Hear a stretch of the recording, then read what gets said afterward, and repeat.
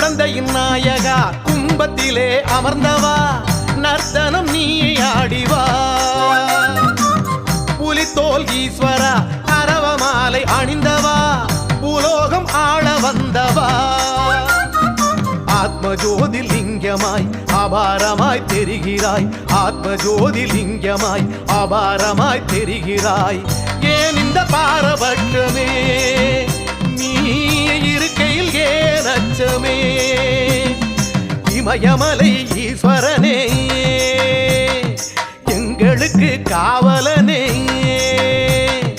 இமயமலை ஈஸ்வரனே எங்களுக்கு காவலனே வந்ததென்ன ஈஸ்வரா பரமனுக்கு தந்தவா ஏழைகளை காக்க வேணுமே